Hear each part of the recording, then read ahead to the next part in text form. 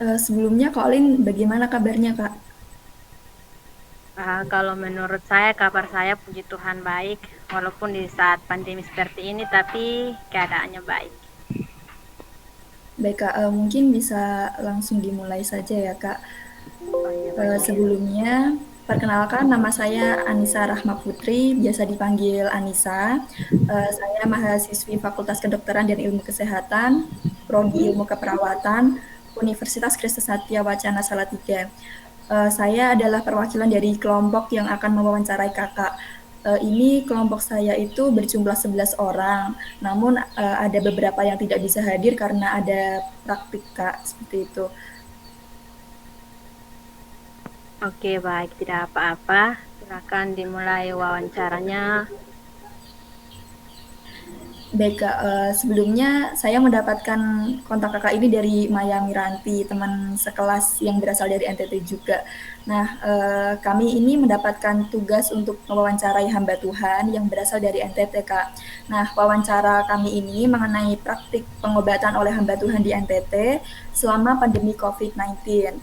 Nah, kami juga ingin belajar bagaimana Kakak dalam melayani orang yang sakit seperti itu, Kak, di masa pandemi ini.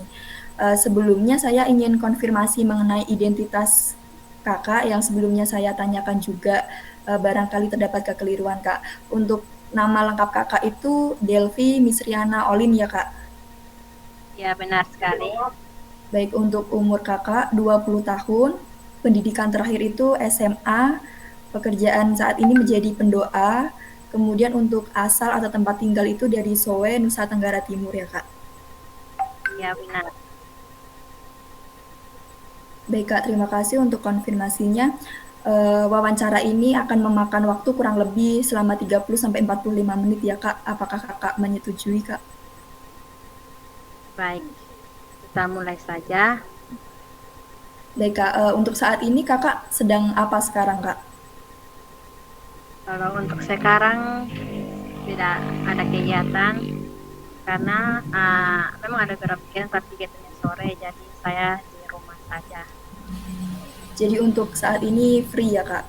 Baru free. Ya, tidak ada jam free karena berhubung juga kakak sudah memberitahukan untuk ada wawancara, jadi saya memindahkan jadwal saya untuk bisa wawancara hari ini bersama dengan kakak.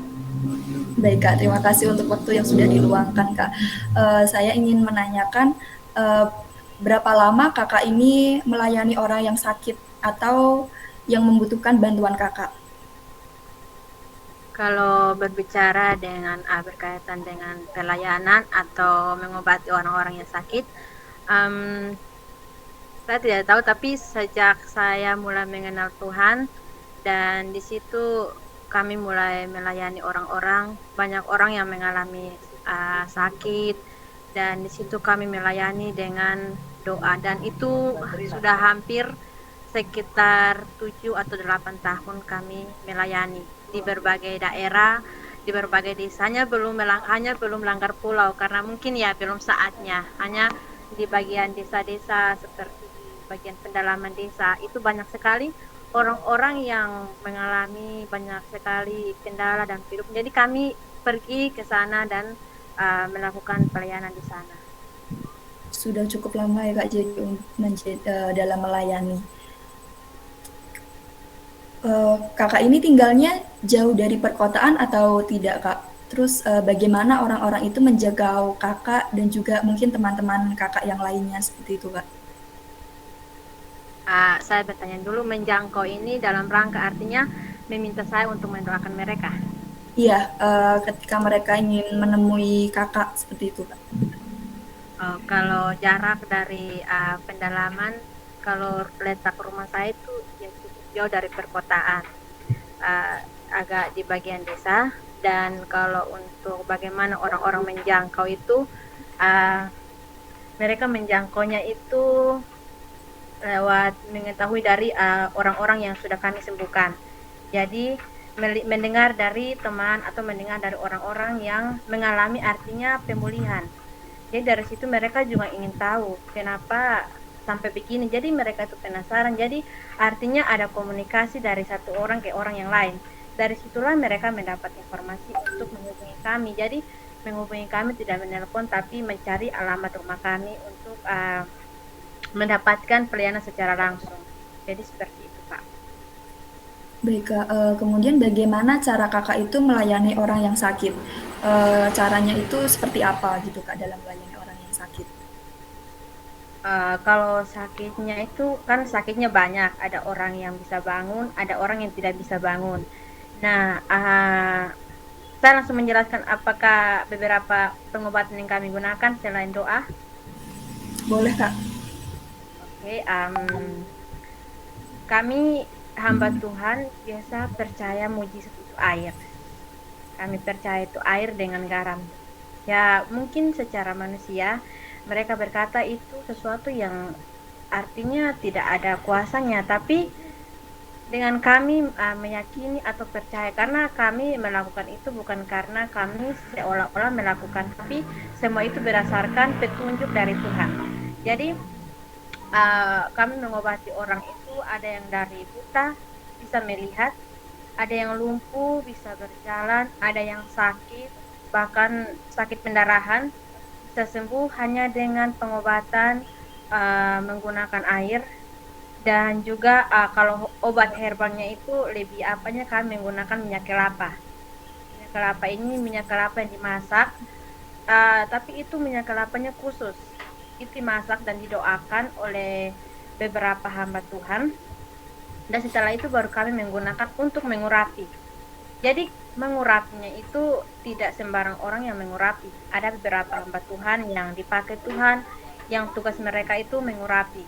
Jadi kami juga mengurapi, tapi kami kecuali didoakan dan diberikan petunjuk untuk mengurapi orang itu. Dan untuk pengobatannya kami menggunakan air, tapi airnya itu saya menceritakan sedikit. Air yang kami ambil itu bukan air yang dibeli, tapi ada saya menceritakan sedikit sejarahnya. Di kota Solo itu pada tahun 80-an, sekitar 70-an itu ada sebuah mujizat di mana air itu berubah menjadi anggur. Nah, di situ ketika kami mengetahui hal itu, kami diperintahkan, kami berdoa dan bergumul di situ. Ada sesuatu yang petunjuk bahwa kami harus mengambil air dari tempat itu untuk menyembuhkan orang-orang. Dan ternyata kami mau percaya atau tidak percaya, kuasa Tuhan ada di air tersebut. Ada orang yang perutnya, kejadian ini baru 1 bulan yang lalu, ini nyata, yang mana ada seorang bayi yang umurnya usianya 60-an tahun. Nah, bayi ini tidak bisa mengonsumsi yang namanya jagung. Jadi di situ kami mendoakan, dan di situ ada untuk minum air. Jadi katanya perut bagian kiri itu sakit sekali. Jadi kami bertanya, sakitnya karena apa? Dia mengatakan bahwa sakitnya itu karena dia tidak bisa makan makanan yang keras, atau jadi dia selama beberapa tahun, 5 tahun terakhir itu dia hanya makan makanan seperti bubur atau makanan yang tidak keras begitu. Nah, setelah itu dia mencari tahu hamba Tuhan di Kota Suai, dan dia menemukan, dan kami memberikan air itu cuma 2 kali, dan puji Tuhan kemarin dia bersaksi bahwa dia bisa makan jagung dan bagian itu tidak sakit, hanya dengan meminum air yang saya jelaskan tadi, air dari tempat yang kami ambil. Ya, begitu. Sangat menarik ya, Kak, ini. Kemudian bagaimana Kakak ini mendapatkan karunia untuk menyembuhkan orang yang sakit, Kak? Kalau berbicara tentang karunia, awalnya karunia itu mama saya yang dapat untuk mendoakan, tetapi karena beriring berjalannya waktu kami terus melayani, jadi karunia itu ketika kami melayani, ada karunia yang Tuhan titipkan buat kami untuk menyembuhkan. Jadi kami ada banyak hamba Tuhan yang menyembuhkan. Jadi ketika berdoa dan dipercayakan untuk menyembuhkan, ya kami melaksanakan tugas tersebut karena kami percaya bahwa ketika kami dipilih oleh Tuhan berarti kami diurapi. Kami diurapi oleh Tuhan, dan apapun yang kami gunakan, air atau garam atau minyak yang kami gunakan itu, kami yakin dan percaya orang itu pasti. Jadi kami berjalan selama perjalanan itu ber sesuai dengan rencana Tuhan lah. Artinya semua sesuai, ada hamba Tuhan yang mau dibilang lebih senior atau dianya lebih punya karunianya sudah lebih besar dari kami, jadi kami dituntun dan kami menyembuhkan orang-orang yang membutuhkan kami. Jadi kami menyembuhkan mereka ketika kami tapi kalau menyembuhkan itu kami tidak langsung menyembuhkan. Menyembuhkan itu kami mendoakan dulu, setelah itu kalau ada petunjuk Tuhan untuk menggunakan air atau garam baru kami menyembuhkan. Tapi mungkin pada saat itu prosesnya tidak cepat, mungkin butuh waktu, tapi ya seiring berjalannya waktu proses Tuhan itu pasti ada dan pasti sembuh, dan kami percaya.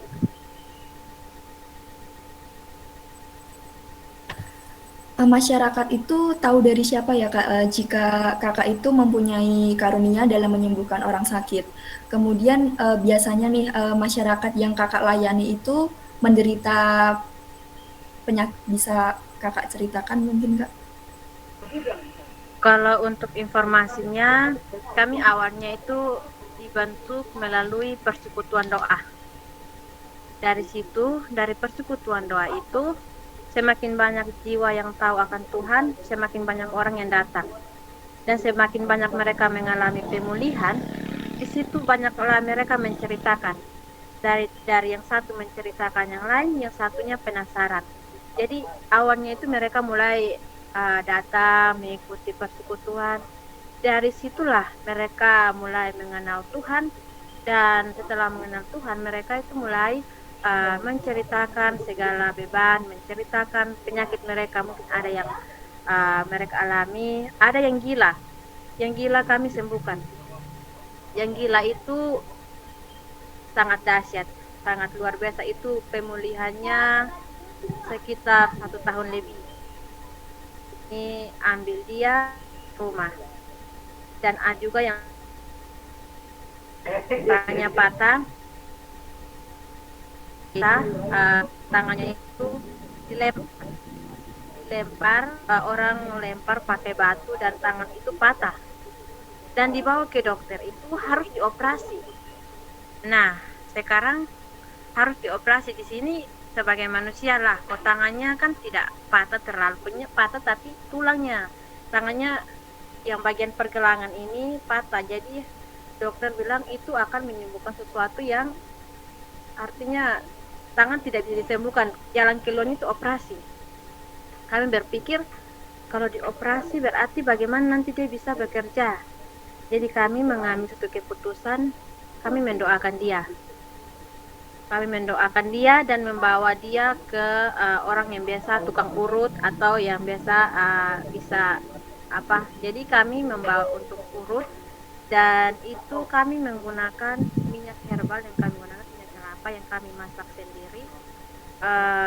Kami masak dan kami pakai itu. Setelah itu kami pakai garam dan air. Kami hanya mendoakan. Ya puji Tuhan, seiring berjalannya waktu, tangannya itu awalnya tidak bisa digerakkan, hanya pakai untuk digendong pakai kain, gendong tangannya. Dan puji Tuhan, ketika berjalannya waktu, kami terus mendoakan, dan di pertengahan bulan tangannya itu bisa dilepas, tapi belum bisa diputar karena mungkin beberapa tulang itu belum tersambung. Dan ya airnya kami terus mendoakan, dan kami menggunakan air dan garam yang kami gunakan, tapi kebanyakan kami menggunakan minyak. Sebelum kami menggunakan minyak itu, kami berdoa dan mengurapi minyak itu. Jadi orang itu hanya menggunakan minyak itu saat kalau tangannya terasa sakit, hanya menggosok minyak, cukup menggosok minyak. Ada juga yang kalau untuk anak kecil yang kayak mereka demam, itu anjuran kami itu mereka pakai minyak sama bawang merah. Itu bawang merah itu sebagai obat untuk menurunkan panas. Jadi selain menggunakan minyak, kami menggunakan bawang merah. Bawang merah itu dihancurkan dan dicampur dengan minyak. Setelah itu baru digosok ke anak tersebut agar panasnya bisa turun, bisa menyerap panas. Jadi selain menggunakan kompres air panas, kami lebih menganjurkan minyak kelapa. Minyak kelapa itu kalau untuk anak-anak yang umurnya masih 4 atau 3 tahun ke bawah itu biasanya digosok di bagian ubun-ubunnya, di bagian kepala untuk meringankan rasa sakit pada anak tersebut. Begitu.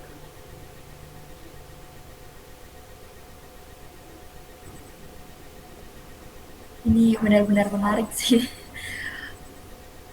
Selanjutnya orang yang datang itu kan sudah sakit secara fisik ya kak. Namun menurut kakak apakah ada penyebab lain dari orang itu sakit secara fisik? Maksudnya kan ada orang yang sudah sakit itu secara fisik. Namun apakah ada penyebab lainnya juga gitu kak? Orang itu sakit. Baik, saya menjelaskan sedikit. Jadi penyebab orang sakit itu kalau dari sisi kami pendoa, kami mengetahui dari apa perbuatan nenek moyang. Jadi perbuatan nenek moyang itu bisa menyebabkan uh, mereka itu mengalami sakit, misalnya sakit seperti lambung, seperti penyakit yang gila atau berbagai macam penyakit yang kami sembuhkan. Jadi mereka itu uh, sakit itu karena jadi setelah itu kalau prosesnya itu mereka kami doakan setelah itu baru kami tahu oh ternyata penyebab sakitnya ini dari orang tua, bisa juga kesalahan dari orang tua, bisa juga kesalahan dari nenek moyang. Artinya perbuatan dari nenek moyang itu yang membawa artinya pada anak cucu turun temurun itu mereka mengalami masalah tersebut. Nah dari situlah kami bingung bagaimana menyelesaikannya. Dan ada juga yang menggunakan pengobatan dokter sampai di Jakarta, sampai di luar, tapi tidak mengalami kesembuhan. Dan di situ kami mencoba menguras, artinya kami mendoakan itu secara bertahap. Bertahap itu menguras perlahan-lahan apa penyebabnya sampai jadi seperti ini. Sakit ini kenapa sampai bertahun-tahun tidak sembuh. Jadi setelah kami menguras dan perlahan-lahan kami menemukan penyebabnya, di situ baru kami mulai mendoakan dan mengurapnya menggunakan obat-obatan yang kami pakai, misalnya minyak, misalnya garam, tapi dengan air. Kebanyakan itu kami menggunakan air. Airnya itu kami biasa siapkan botol aqua yang besar, itu kami ambilnya per minggu. Jadi kami simpan di rumah tapi di sebuah kamar yang artinya menjadi tempat doanya kami. Jadi ketika orang itu sakit dan mengeluh, kami memberikan minum itu. Atau orang yang uh, itu untuk sakit lambung juga bisa orang yang minum. Puji Tuhan mereka sembuh. Jadi seperti itu.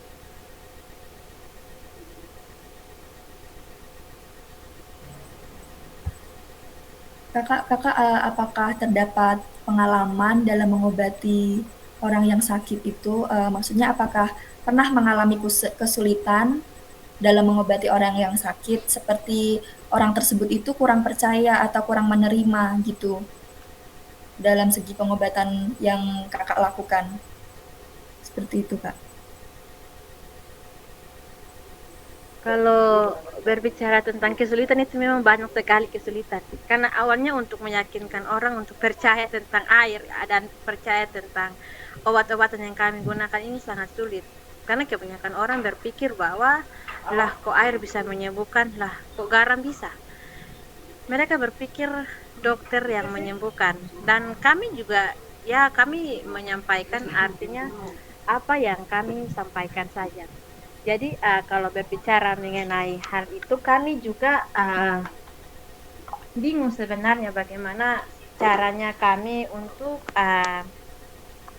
mengatasi kesulitan tersebut. Dan artinya kami awalnya itu kami hanya mendoakan. Artinya kalau misalnya perlahan-lahan kami yakin kalau kuasa Tuhan itu akan bekerja. Tuhan bekerja pada orang tersebut dan secara proses pasti dia percaya. Misalnya dia sakit, ini dia sakitnya seperti penyakit orang bilang kayak lambung atau penyakit usus atau yang seolah-olah tidak bisa bangun. Awalnya itu mereka tidur dan ketika kami berproses dan mendoakan mereka dan tiba-tiba mereka bangun, tapi masih ada beberapa penyakit, artinya masih ada di bagian tubuh mereka yang terasa sakit, tapi setidaknya mereka sudah bisa bangkit dari tempat tidurnya, sudah bisa duduk. Disitulah baru mereka percaya akan kuasa Tuhan. Dan disitulah mereka menyuruh kami untuk terus melanjutkan pengobatan tersebut. Nah, kesulitan banyak lagi kesulitan yang kami hadapi, yaitu saya ceritakan satu pengalaman ketika ini saya mau bilang ujian juga ujian, karena ketika kami pergi untuk menyembuhkan orang ini usir kami, berdiri depan pintu usir lempar kami. Bayangkan.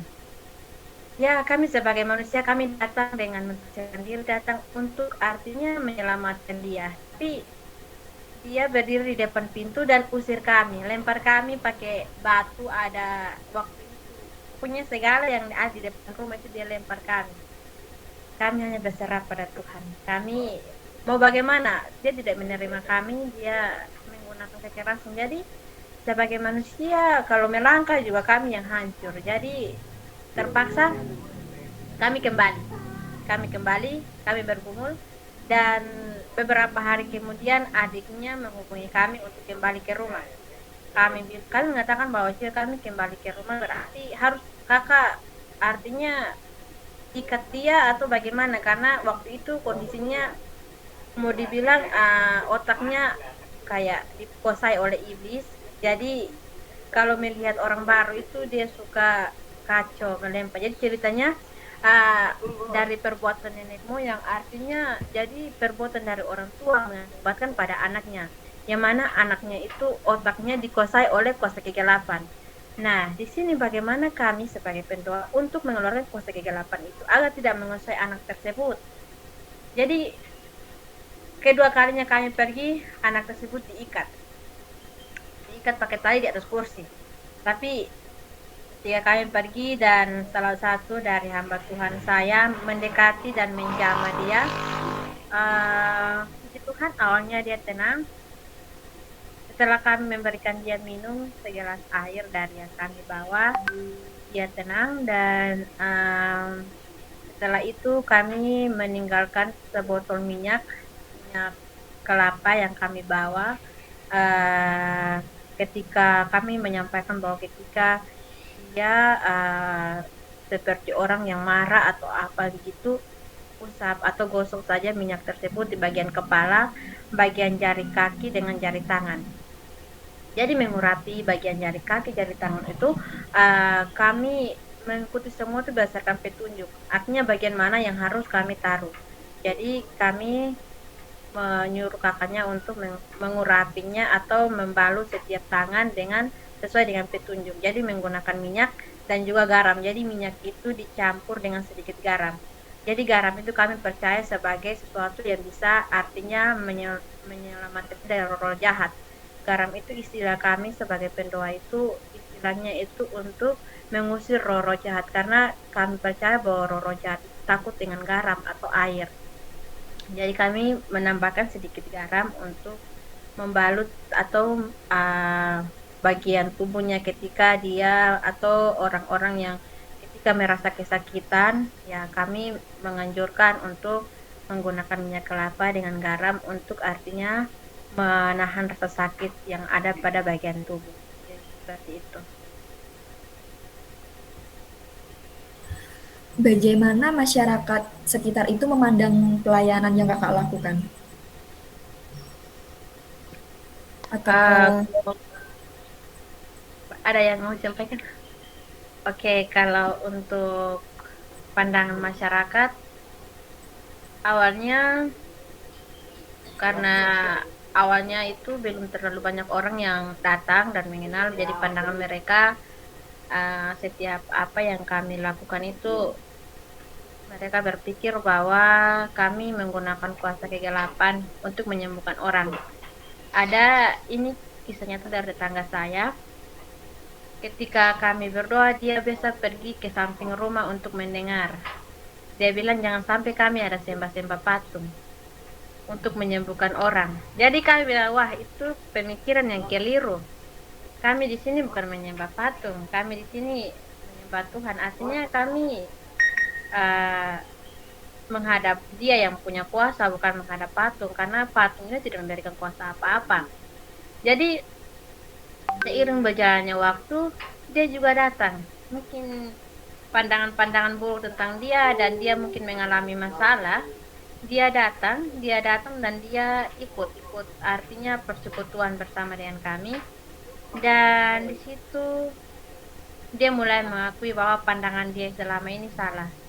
Ternyata apa yang kami lakukan itu memang benar-benar itu karena ada izinan Tuhan, bukan kami melakukan asal-asal. Artinya sesuai dengan kehendak kami, artinya mau kami mau seperti ini tidak.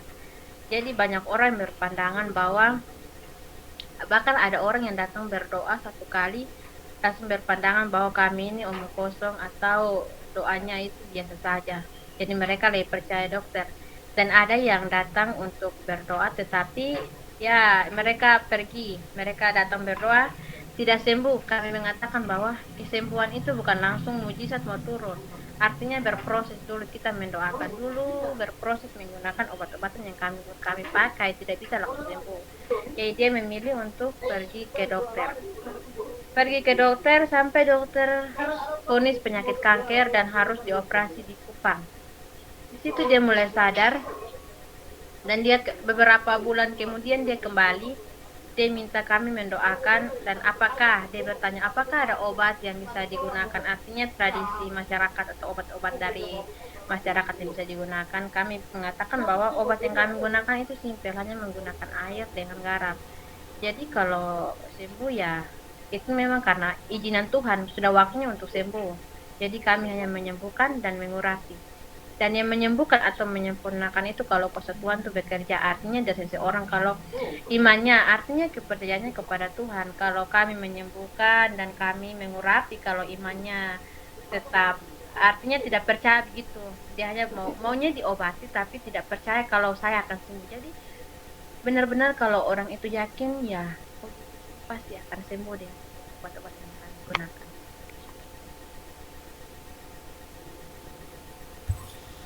Baik Kak, apakah di tempat tinggal Kakak itu juga menyelenggarakan persekutuan doa Kak?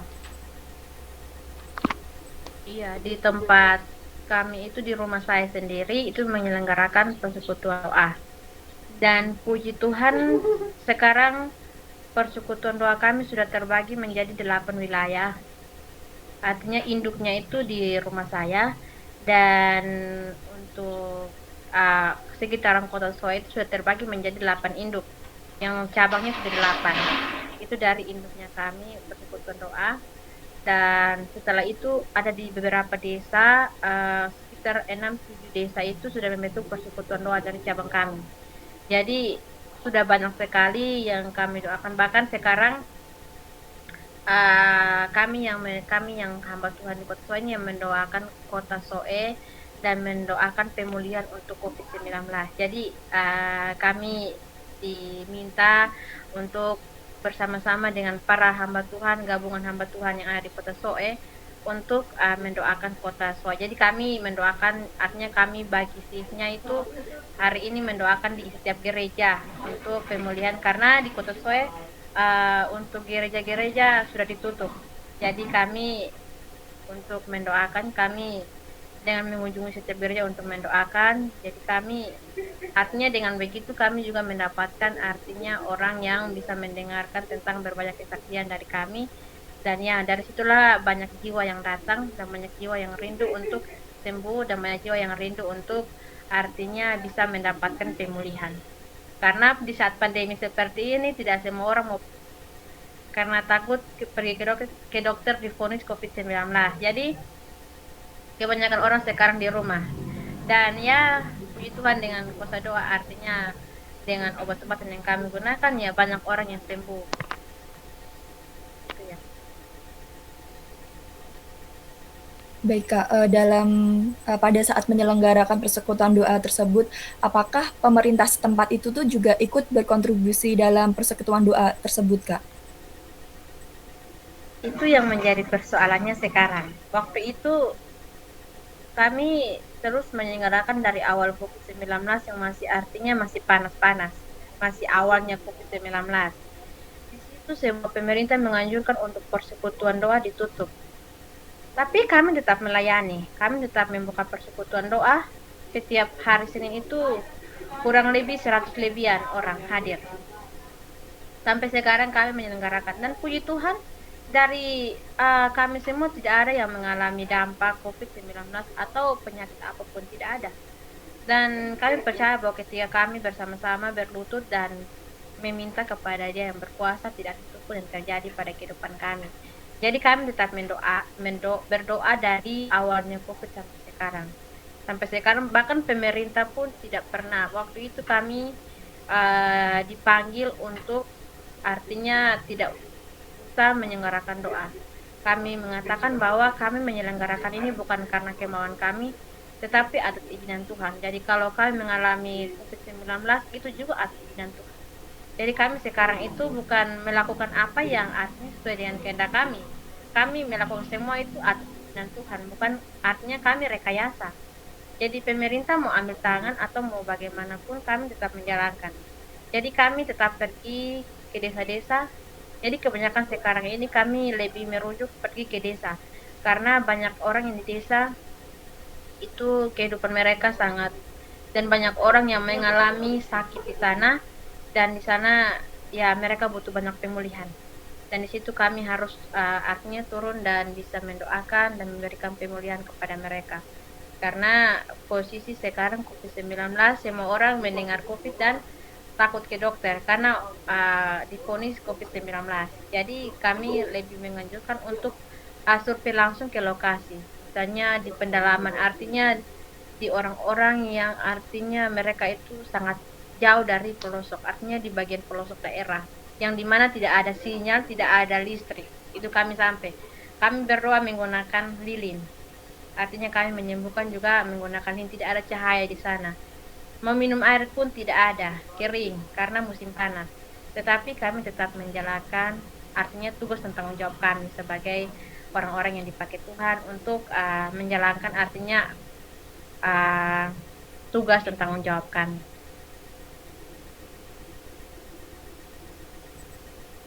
Nah, barusan tadi kan juga menyinggung mengenai COVID ya Kak. Nah, menurut Kakak atau menurut pandangan Kakak terkait COVID ini seperti apa Kak? Kalau pandangan saya tentang COVID-19, ya sangat berbahaya. Kita dilarang untuk, bahkan saat ini kalau saya mau bilang keluarga tidak tidak kenal lagi. Untung ada media komunikasi, jadi kita bisa komunikasi. Seandainya tidak ada media komunikasi, kita tidak kenal sama lain lagi. COVID-19 ini mau dibilang sangat, ya sangat melelahkan, sangat, mau bilang buruk juga tidak baik. Artinya dari COVID-19, artinya dari COVID-19 ini ada banyak hikmah yang kita ambil. Nah, dari COVID-19 ini awal mulanya itu kejadiannya sampai seluruh sekolah ditutup dan ibadah juga ditutup dan dianjurkan untuk beribadah di rumah. Dan kalau menurut saya COVID-19 ini ada baiknya, ada buruknya. Mungkin dari COVID-19 ini ada satu rencana Tuhan yang Tuhan buat.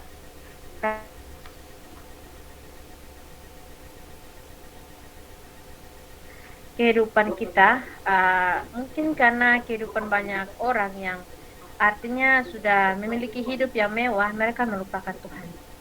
Jadi orang bilang COVID-19 ini terjadi karena ada yang melakukan kesalahan pas di lab di Cina. Tapi kalau begitu saya kira itu sesuatu yang ya mungkin ya terjadi karena artinya kelalaian manusia. Kalau kita berpikir artinya kelalaian manusia, artinya itu karena perbuatan mereka untuk menyebarkan virus tersebut. Tetapi kalau kita berpikir secara dari sudut pandangnya kalau orang-orang yang bekerja di bidang ahli atau bagian seperti itu, mereka kan diberi hikmat oleh Tuhan. Dan kalau mereka melakukan kesalahan itu, saya berpikir bahwa itu semua karena rencana Tuhan. Tuhan mau supaya kehidupan manusia, masyarakat itu artinya benar, karena banyak masyarakat yang beranggapan bahwa kekayaan itu adalah segalanya. Tapi seharusnya mereka mensyukuri akan hidup ini karena setiap yang kita miliki itu kan pemberian dari Tuhan. Dan karena banyak orang yang menganggap enteng, menganggap akan segala kekayaan mereka, apalagi sekarang. Dan yang saya alami sekarang itu, kenapa yang mendapat COVID itu orang-orang yang mempunyai jabatan tinggi. Yang di Soe dan di Kupang itu orang-orang yang memiliki jabatan tinggi. Itu yang menjadi pandangan saya, wah kenapa? Orang-orang yang artinya kehidupan mereka itu sederhana, orang-orang di pelosok, orang-orang yang artinya bagaimana hidup mereka itu tidak terlalu, tapi mereka tidak mengalami COVID. Sedangkan orang yang bekerja siang malam artinya punya jabatan kok dapat COVID. Nah, itu yang menjadi pertanyaannya. Nah, dari situ saya berpandangan bahwa oh, ternyata di balik ini ada rencana Tuhan. Artinya kita itu jangan menjadi seperti orang yang dalam firman bahwa hamba uang. Artinya sisihkan waktu untuk Tuhan. Tuhan suka kasih kerja 6 hari, tetapi hari ke-7 juga pakai bekerja. Nah, itu yang salah. Itu yang menjadi permasalahan terbesar. Jadi ya dari situlah saya berpikir bahwa wah, ini ternyata mungkin rencana Tuhan. Kebanyakan kenapa bukan orang-orang terkecil yang dapat COVID, tapi orang-orang artinya yang punya jabatan. Dan ini kenyataan di rumah saya, di tetangga saya itu kami ada 5 tetangga. Di tengah itu dia yang pejabat dan dia yang dapat COVID, kami tiap hari dengan dia duduk tapi kami tidak dapat COVID. Itu luar biasanya Tuhan. Tiap hari kami interaksi, tiba-tiba dia divonis COVID-19. Kami wah, kami juga takut jangan sampai kita kemarin terima dari dia pegang tangan baru kita juga COVID ini. Tapi puji Tuhan kami tidak apa-apa. Dan kami ini aneh sekali, kenapa kita sama-sama duduk tapi kok dia yang dapat COVID orang lain tidak. Ini menjadi satu pertanyaan bagi saya. Saya bilang, Tuhan, ini kah mau dibilang cobaan atau ujian? Kenapa kami sama-sama berinteraksi, tapi kok malah dia yang dapat COVID, kami tidak? Kami bilang, ya terkadang saya berpikir bahwa memang kembali pada firman Tuhan bahwa iman itu orang. Jadi ya kembali saya menyampaikan bahwa mungkin karena Tuhan mau supaya artinya dia bertobat. Jangan terlalu menganggap bahwa pekerjaan atau jabatan atau sesuatu yang dia punya itu artinya semua karena kemampuan dia. Ya artinya itu karena mungkin kesalahan dia, karena hari Minggu juga lembur mau kerja cari uang. Jadi kami kalau cerita dengan tetangga kami bilang itu dia punya dosa, karena sonaga hari Tuhan suka kasih 6 hari, dia hari ke-7 dia tambah lagi untuk kerja. Jadi biar supaya artinya ada pertobatan. Jadi COVID-19 ini membawa banyak pertobatan. Banyak orang yang artinya Tuhan mau buat orang-orang yang artinya hidup belum sesuai, artinya kembali sesuai dengan rencana Tuhan. Karena ketika dilihat ya memang keadaan orang-orang memang kebanyakan memilih harta daripada kesehatan. Jadi biar Tuhan buat COVID-19 supaya mereka menyadari bahwa sebenarnya Tuhan tuh punya rencana. Tuhan mau seperti ini, tapi ya masyarakat atau orang-orang mereka berpikir anggap enteng. Ya kalau begitu ya, kalau gereja itu sebenarnya tidak ditutup, tapi ya karena untuk menghimbau dan menjaga COVID-19. Tapi kami ini kami gereja diam-diam, kami pergi ke gereja diam-diam, kami beberapa tetangga itu kami gereja dari awal COVID sampai sekarang. Jadi waktu itu kami pas gereja ada tentara yang pergi usir kami. Kami tetap berdoa, kami ya gereja itu karena kami percaya bahwa COVID ini hanya untuk orang-orang yang sombong, orang-orang yang tidak takut Tuhan, orang-orang yang anggap enteng.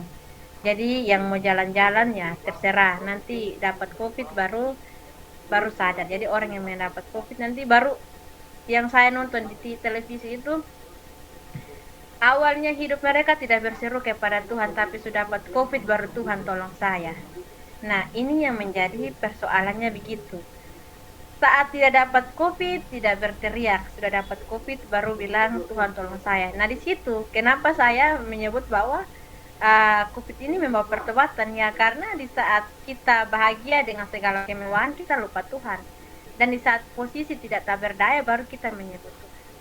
Nah di situ yang pandangan saya tentang COVID-19 itu.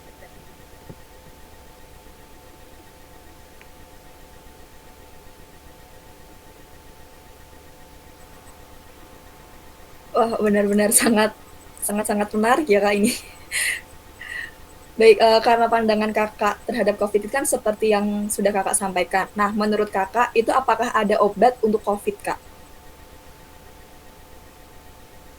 Kalau obat untuk COVID sekarang penyakitnya kan tidak terlihat. Jadi kalau obat untuk COVID kami sebagai pendoa ya artinya berserah pada Tuhan dan menggunakan minyak atau obat-obatan. Jadi kalau waktu itu ada satu orang yang COVID, dia pilek batuk, gejala-gejala COVID. Kami kasih dia daun pepaya. Itu obat herbal satu, ada daun pepaya, rebus. Nah, itu obat herbal dari kami. Itu daun pepaya itu mujizat, itu sembuh memang. Dia pilek batuk, badan panas. Kami bilang ini gejala COVID dan posisi sekarang kami yang urut. Kami ini besok kalau kita juga terinfeksi kita habis sudah. Jadi kami rebus daun pepaya. Daun pepaya kami pakai untuk kasih mandi, pakai daun pepaya. Setelah itu kami suruh rebus daun pepaya itu, minum airnya air dari daun pepaya. Dari daun pepaya itu dan minum itu yang panas, yang pas panas. Setelah itu masak daun. Setelah itu masak daun pepaya, pakai mandi. Terus masak daun pepaya untuk dimakan. Jadi makan itu masak daun pepaya itu supaya pileknya hilang itu pakai lombok yang super artinya yang super kelas atas. Jadi artinya mengeluarkan yang bagian-bagian yang tersembunyi itu keluar semua. Jadi kami semenjak COVID-19 ini ada beberapa orang yang mengalami gejala-gejala, artinya sesuai apa kayak yang kami tahu bahwa gejala COVID itu bersin-bersin, napas sesak, badan panas semua, itu kami menggunakan itu daun pepaya dengan lombok. Jadi kalau untuk makan kami taruh lombok yang artinya super ya kelas atas, level atas, level 8 9. Jadi itu obatnya itu kalau selain menggunakan air, kalau tidak sembuh ya pakai daun pepaya sah. Daun pepaya tidak perlu ke dokter, itu 1 2 hari itu biar dia tidur juga nanti bangun memang. Jadi waktu itu suami istri tidur tidak bangun. Kami bilang ini kami mau pergi lihat juga takut kami terdampak COVID. Jadi kami juga takut. Jadi kami takut buat apa ini kita. Jadi baru ini posisi sekarang pepaya tidak ada, dan pepaya su kasih korup buang semua, tidak ada daun pepaya. Nah sekarang kami mau kasih obat pakai apa? Jadi ceritanya kami pakai daun pepaya tetangga. Tetangga kami pergi, tetangga tidak ada. Kami bilang ini kita orang mau sembuh atau tidak? Kami pakai sistem pencuri.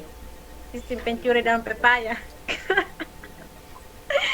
Nanti sebentar orangnya datang baru kami menyampaikan. Kami bilang ibu jangan marah karena posisi sekarang suami istri tidak bangun. Jadi kami harus segera mengambil tindakan.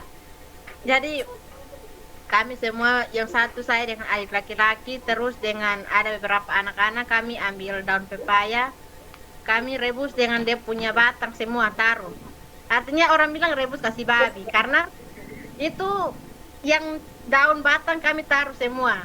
Jadi yang mau kuning atau yang hijau juga kami taruh. Yang kuning pakai mandi, yang hijau itu baru pakai makan. Jadi kami taruh, suami ini tidak bangun, jadi kami suruh mereka bangun. Kami kasih minum, awalnya kami masak airnya, kasih dingin, kasih minum air pepaya.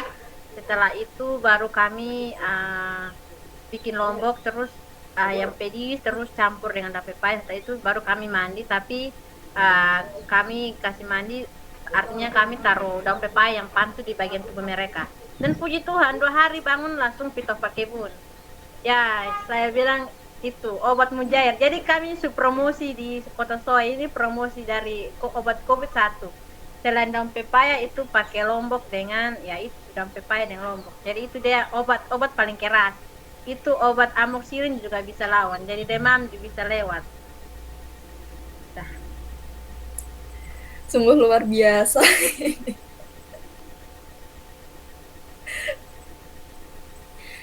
Baik Kak, untuk selanjutnya, apakah pernah orang yang terkena COVID ini tuh minta dilayani oleh Kakak? Kan karena tadi kan ada pengobatan herbal. Nah, untuk sekarang apakah pernah, orang yang terkena COVID itu minta dilayani oleh Kakak? Mungkin minta untuk didoakan seperti itu, Kak? Ya, kalau untuk COVID ya kami banyak mendoakan orang yang COVID, tetapi kami tidak mengunjungi karena posisi mereka keadaannya itu sangat kritis dan di rumah sakit. Jadi anjurannya tidak boleh pergi. Jadi kami hanya mendoakan dan kami menganjurkan untuk ada saudara mereka untuk ke rumah ambil obat, ambil air dan ambil minyak untuk pakai. Artinya ya dua proses berjalan. Artinya ada dua pengobatan. Pengobatan dokter dan pengobatan dari herba, artinya alami dari kami. Jadi kami menggunakan dua pengobatan. Ya kalau dua-dua sembuh ya puji Tuhan, itu dua-dua kuasa ada di dalam. Jadi kami tidak tahu entah kami yang menyembuhkan atau dokter, ya kami hanya menjalankan tugas kami. Artinya dua pengobatan itu berjalan satu kali. Jadi O2 untuk membantu pernapasan, dengan obat-obatan minyak lain untuk artinya meringankan artinya bagian yang sakit, artinya pusing atau rileks atau batuk. Jadi kalau batuk itu kami menggunakan minyak dan garam itu untuk gosok pada bagian leher. Jadi itu lebih apanya untuk mengurangi batuk. Kalau untuk demam itu biasanya minyak kelapa itu kami gosok bagian kepala, bagian jari tangan dengan bagian kaki. Itu untuk mengurangi rasa demam. Sedangkan O2 itu untuk membantu pernapasan karena posisi COVID-19 itu napas sesak. Jadi kami tidak bisa kasih napas buatan kecuali Tuhan yang kasih. Jadi ya tidak mau ya bawa ke dokter karena kami tidak ada napas buatan, jadi kami juga tidak ada O2, jadi posisinya harus ke dokter sudah. Kalau alami ya untuk yang bisa masih bernapas ya kami bisa urus, tapi kalau yang napas sudah tarik-tarik itu kami langsung anjurkan lebih baik ke rumah sakit karena tidak ada yang bisa menyembuhkan. Siapa yang mau kasih napas buatan ya, kalau masih hidup ya itu semua karena anugerah Tuhan. Dan kemarin ada tetangga kami yang mungkin karena ya mau dibilang sudah waktunya dia mengalami COVID-19, mungkin karena umurnya sudah 60-an dan uh, mungkin sudah waktunya. Kami mendoakan juga dan menggunakan beberapa obat, tapi ya beliau dipanggil pulang bulan yang lalu dan kami berpikir bahwa ya sudah waktunya untuk pulang. Jadi ya kan mungkin jadi kadang orang berpikir bahwa dia meninggal karena COVID-19.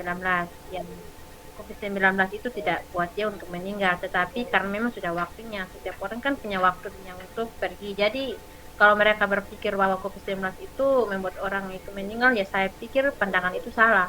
Karena kematian itu kan sudah ada dalam rencana Tuhan. Karena firman Tuhan berkata bahwa sejak engkau di kandungan itu, Tuhan sudah merencanakan semua yang indah.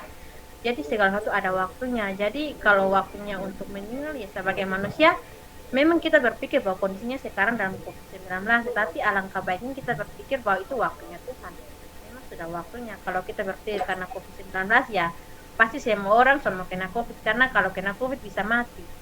Jadi berpandanganlah bahwa itu sudah waktunya. Jadi memang waktunya pulang dan memang sedang rencana Tuhan. Jadi kalau mau bilang dia meninggal karena COVID-19, berarti semua orang sudah meninggal karena COVID-19. Yang ada yang sembuh, semua sudah meninggal. Karena kalau mau pakai sistem COVID-19 mematikan, orang bilang COVID-19 bikin mati. Nah, kalau bikin mati sudah semua orang sudah mati, sudah ada orang lagi di dunia. Jadi ya kalau dia meninggal itu karena memang sudah waktunya. Jadi memang kita mengobati, mendoakan. Tetapi kalau sudah waktunya, doa pun tidak bisa mengalahkan segala sesuatu karena memang itu sudah dalam rencana Tuhan. Kuasa Tuhan sudah bekerja pada dia. Jadi kita hanya mungkin sampai pada saat mendoakan dia untuk bisa artinya pulang kembali ke tempatnya teristirahatnya, yang artinya Tuhan membawa dia kepada kehidupan. Artinya kita mendoakan dia untuk membawa dia pada satu pertobatan. Mungkin ada beberapa dosa yang dia lakukan, artinya kita berdoa untuk memulihkan dia dan kita menggunakan obat-obatan. Mungkin dengan medis juga bisa membantu. Baik Kak, karena tadi kan Kakak juga menyampaikan kalau misal ada orang yang Covid, terus keadaannya udah kritis kan bisa aja saudaranya yang datang ke Kakak untuk mengambil obat herbalnya ya. Namun apakah juga bisa Kak kalau misal mungkin saudaranya kan mungkin, yang terkena Covid kan di rumah sakit, terus ada saudaranya yang telepon gitu, apakah bisa melalui telepon Kak, untuk mendoakannya itu Kak?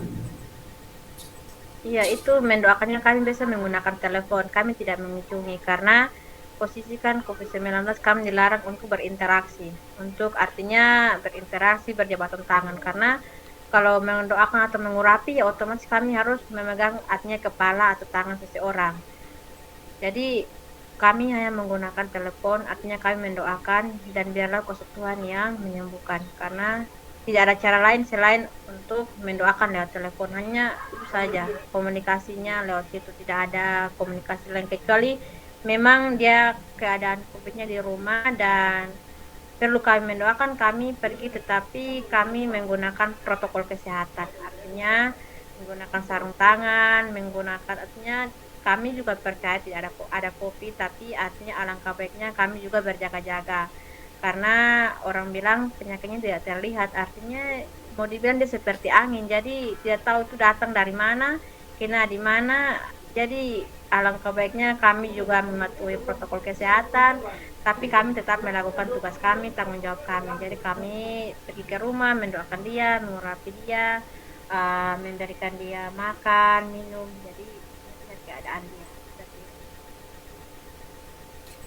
Baik Kak, menurut Kakak pelayanan yang Kakak lakukan di saat semenjak Covid ini terganggu atau tidak Kak? Apakah terdapat perbedaan selama Covid dan sebelum Covid dalam Kakak melakukan pelayanannya? Kalau terganggu tidak ada selama pelayanan tidak ada. Walaupun pemerintah marah terus, tapi ya kami tetap berjalan karena ini kami menjalankan tugas yang artinya mau dibilang tugas dari Allah itu tugas mulia.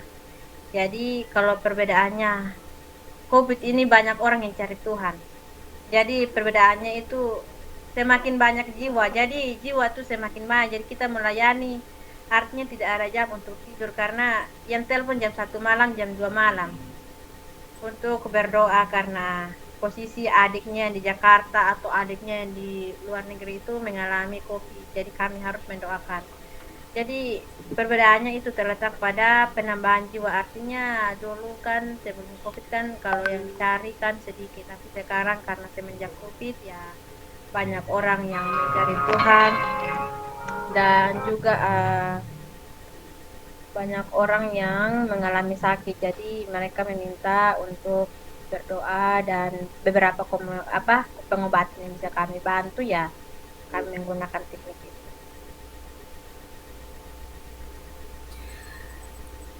Baik Kak, kan dalam mengobati orang yang Covid atau penggunaan tanaman herbal itu kan Kakak tadi menyebutkan seperti bawang, kemudian bawang merah, ada minyak kelapa, terus ada lombok, ada daun pepaya juga. Nah, apakah ada lagi Kak tanaman herbal yang digunakan Kak dalam mengobati orang yang sakit?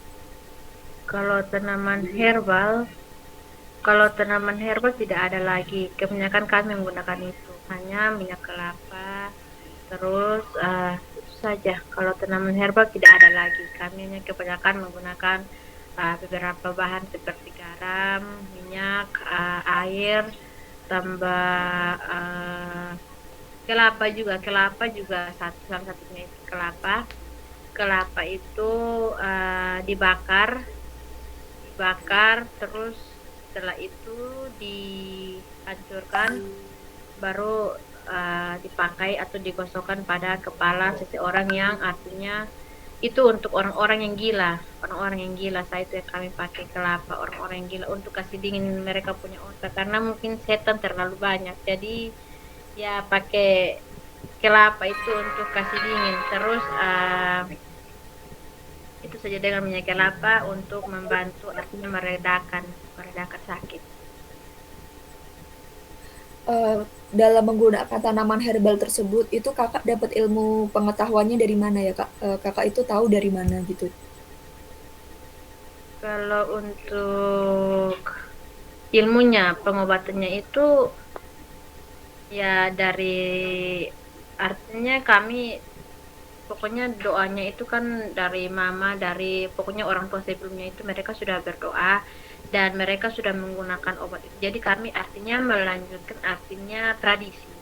Tradisi artinya cara berdoa mereka dari artinya dari turun temurun itu mereka sudah menggunakan itu. Jadi artian bahwa kami hanya melanjutkan. Jadi kami sebagai anak-anak artinya kami hanya melanjutkan apa yang sudah menjadi tugas mereka di masa-masa yang lampau karena artinya mereka sudah pergi, artinya mereka meninggalkan seperti warisan, warisan yang harus kami teruskan, yang harus kami jalankan. Jadi mereka juga orang tua kami itu juga mereka itu pendoa dan mereka menggunakan obat-obat seperti yang saya sudah sebutkan dan artinya mereka mungkin saya tidak tahu asal usulnya dari mana tapi mungkin waktu itu artinya dari doa mungkin ada orang yang berdoa dan penglihatannya itu artinya mendapat artinya apa dari Tuhan hikmat dari Tuhan untuk kalau orang sakit seperti ini obatnya menggunakan ini garam atau air atau minyak kelapa jadi dari situ mungkin mereka mulai percaya akan kuasa Tuhan menggunakan hal tersebut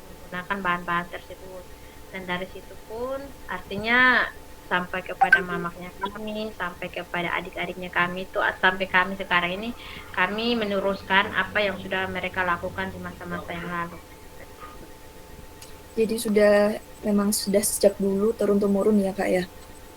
Ya sudah dari artinya hamba-hamba Tuhan sebelumnya yang artinya sebelum dipanggil pulang oleh Maha Kuasa, jadi mereka itu sudah melayani seperti itu dan mereka menggunakan obat itu. Jadi hanya meneruskan artinya waktu itu mereka menggunakan obat itu kan kebetulan mama dari kami itu sudah artinya sudah mengerti. Jadi mereka hanya kayak mengingat kembali apa yang dilakukan. Jadi ya mereka berdoa kembali dan ya dari apa mau dibilang ada petunjuk Tuhan juga mengiyakan kami untuk melakukan hal itu atas bikinan Tuhan dan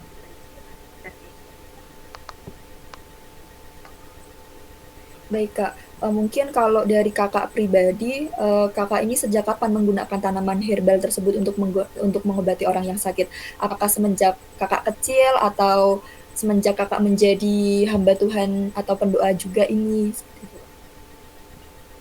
kalau sejaknya itu saya dari SD saya punya mama itu sudah menggunakan obat tersebut dari sejak SD itu saya punya mama itu sudah mulai melayani karena sudah mendapat artinya hikmat artinya seperti apa karunia begitu untuk mendoakan orang lain.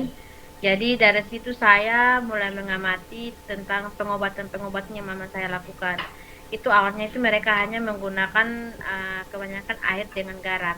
Itu pengobatan mereka untuk orang-orang yang sakit. Jadi itu mereka biasanya taruh air segelas terus diputar airnya terus diminum. Itu airnya air apa saja, mau air aqua atau air yang sudah dimasak. Tetapi untuk yang sekarang karena petunjuknya itu kami mengambil air yang artinya dari tempat yang air berubah menjadi anggur itu kami pakai. Jadi sekarang kami tidak pakai air lagi artinya air aqua atau kalau sebelumnya kami menggunakan air aqua sebelumnya itu tahun 2018 tidak salah ke atas itu kami menggunakan air aqua. Air aqua itu artinya kami membeli air aqua itu kami khusus untuk simpan artinya kami sudah doakan itu air dan kami simpan artinya orang yang mengalami sakit kami bisa ambil dan kasih minum cuma setengah gelas dan setelah itu ketika seiring berjalannya waktu ada petunjuk lagi bahwa air yang kami pakai itu kami harus ambil dari tempat di mana air itu berubah menjadi anggur. Jadi kami ambil air anggurnya, ambil airnya ada air anggur dengan air yang dari tempat itu ada air yang jernih. Jadi kami ambil air itu untuk pakai untuk menyembuhkan orang. Jadi sampai sekarang banyak orang yang puji Tuhan sembuh dengan air itu dan air itu sudah kami ambil dan kirim ke Kupang. Di Kupang ada hamba Tuhan, beberapa hamba Tuhan di Kupang yang kami kirim airnya itu kami bawa dari Soe kasih ke Kupang. Jadi mereka juga menggunakan air tersebut untuk menyembuhkan orang-orang sakit, orang-orang yang artinya keadaannya mau dibilang mau ke dokter juga mereka takut. Jadi kami mencoba menggunakan pengobatan yang kami gunakan. Jadi untuk sekarang di Kupang beberapa mentua di Kupang sudah menggunakan itu untuk obat.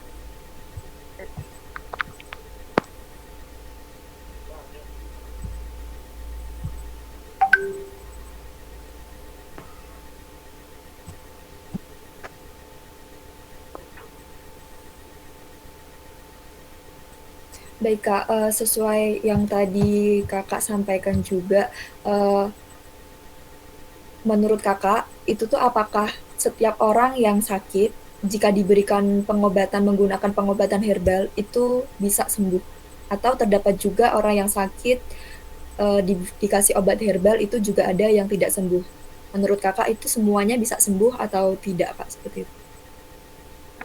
Kalau menurut kami ya yang semenjak kami lakukan proses pengobatan itu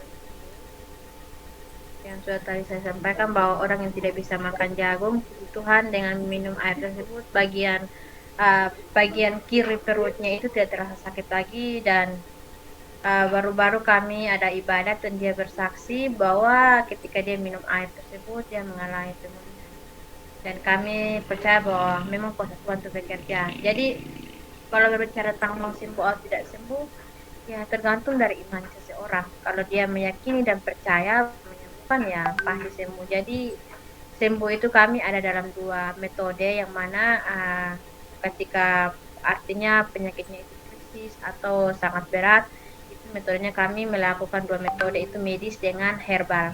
Jadi yang kami mendoakan dan mengurapi dan dibantu oleh obat-obatan medis. Tapi kalau obat-obatan medis kami hanya menganjurkan untuk kalau tidak bisa sadar ya infus atau pasang O2. Kalau untuk pengurapannya obat-obatan herbalnya itu kalau obat medis itu kami kasih minum yang artinya bisa meredakan. Kalau kami hanya membantu artinya mendoakan dan mengurapi dengan obat-obat yang kami gunakan.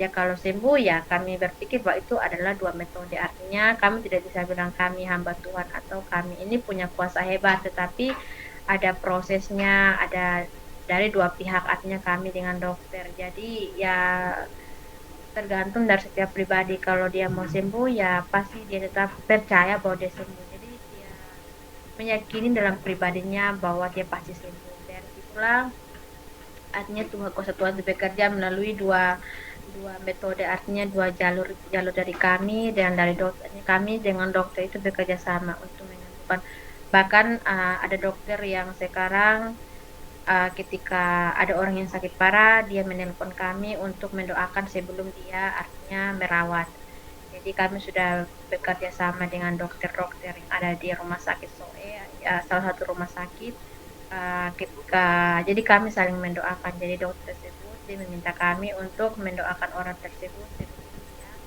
memulai untuk artinya operasi atau um, menyembuhkan jadi di situ ada dua metode jadi ada antara kami artinya antara herbal dan medis itu bekerja sama jadi satu artinya kalau sembuh ya itu karena kuasa Tuhan dan karena iman dari seseorang.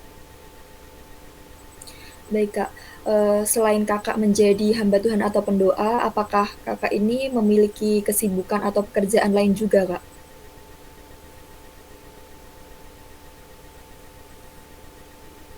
Mohon maaf Kak masih di mute. Kakak mohon maaf masih di mute suaranya Kak. Kalau untuk sekarang saya bekerja dalam dua sisi.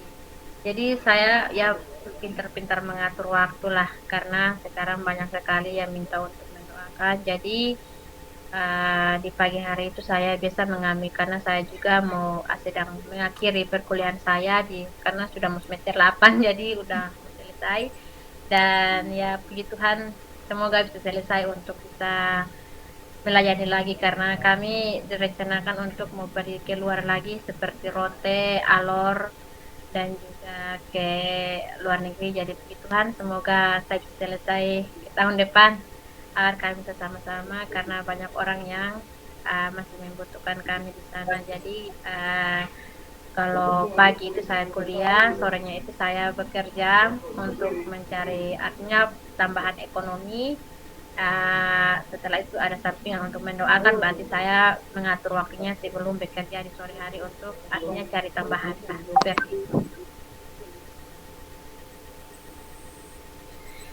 Baik Kak, eee, kemudian, kegiatan apa yang biasanya Kakak lakukan ketika Kakak ini memiliki waktu luang? Karena kan Kakak ini sibuk sekali ya sepertinya karena sebagai mahasiswi, terus sebagai pendoa dan pekerjaan lain juga, seperti itu Kak. Bagaimana, Kakak ini memanfaatkan waktu luang yang Kakak miliki? Kegiatan apa yang Kakak lakukan? Kalau kegiatan waktu luang ya artinya saya biasanya mengajak teman-teman saya untuk beribadah atau melakukan ibadah seperti itu, dan uh, melakukan beberapa kegiatan artinya bertemu dengan teman, sharing artinya berbagi cerita tentang kebaikan Tuhan. Kalau tidak sibuk ya kami sama-sama kumpul, artinya kami mendoakan. Untuk sekarang kalau waktu luang saya kami gunakan untuk mendoakan, artinya karena sekarang kita sedang dilanda oleh COVID-19. Jadi alangkah baiknya kami sama-sama berdoa untuk memulihkan kembali artinya Indonesia yang sedang dilanda oleh COVID-19. Selain mendoakan orang-orang yang sakit, kami mendoakan orang-orang artinya yang mengalami COVID-19 dalam penyembuhan, dan juga meluangkan waktu untuk artinya mengajak orang-orang artinya teman di sekitar kami yang tidak mengenal Tuhan bisa mengenal Tuhan, dan uh, melakukan artinya cari dana untuk artinya berbagi kepada, karena COVID-19 ini ekonomi orang itu banyak yang lemah. Jadi kami memutuskan untuk alangkah baiknya kami cari dana untuk membantu mereka. Artinya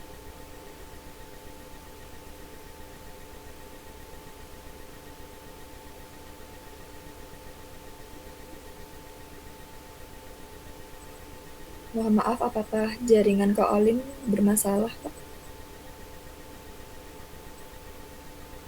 tidak diperhatikan. Jadi kami lebih pada orang-orang yang jadi kami menggalang dana, artinya ada yang ingin memberikan donasi juga kami menerima, dan kami melihat kembali kondisi, apalagi yang baru-baru saja ini aku pak ini baru dilanda oleh badai Seroja. Jadi banyak rumah yang hancur dan banyak orang yang kehilangan tempat tinggal. Dari posisi sekarang ini kami lebih berfokus untuk mencari dana, membantu ekonomi masyarakat seperti itu. Jadi selain melakukan doa, membantu artinya mengajar juga, kami juga mengajar anak-anak yang di pantai yang artinya putus sekolah. Jadi kami membawa anak-anak yang putus sekolah itu, kami membuat satu komunitas untuk membantu mereka untuk belajar. Jadi kami dengan belajar, kami setelah itu ketika ada istilah kita itu pakai C, dari paket C itu kami mendaftarkan mereka untuk mengikuti ujian paket C untuk artinya mereka mendapatkan pendidikan yang layak. Artinya walaupun paket C tapi istilahnya mereka punya ijazah, biarpun SMP atau SMA artinya punya ijazah. Jadi sekarang di Kupang itu banyak anak-anak, apalagi anak-anak di pasar. Kebanyakan anak-anak di pasar itu kalau kita lihat itu sedih sekali. Kalau kami pergi tanya, ada yang mau sekolah tidak? Mau kak, tapi tidak punya biaya, tidak punya uang. Rasanya ingin sedih, tapi ya itulah keadaan hidup mereka. Jadi kami meminta mereka, mengajak mereka untuk belajar bersama. Dari situ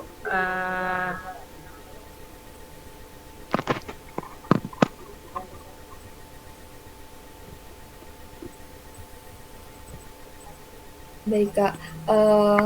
Mungkin pakai satu karena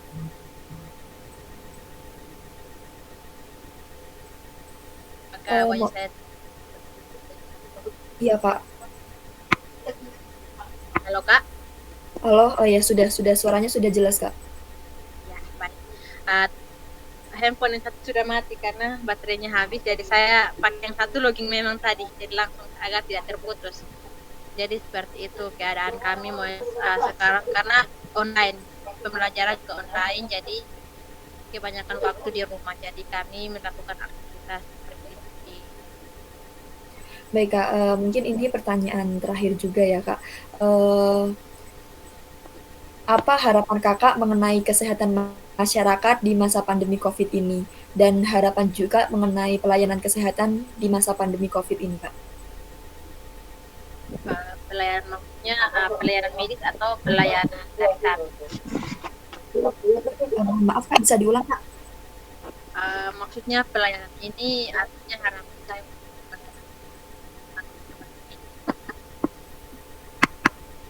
Iya Kak, pelayanan medis maupun pelayanan yang Kakak lakukan juga.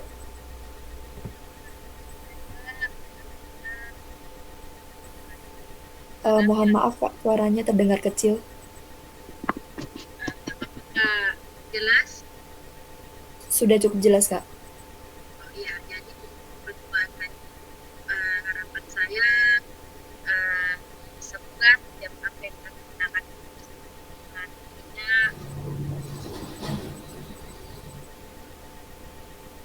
Mohon maaf Kak, suaranya hilang Kak.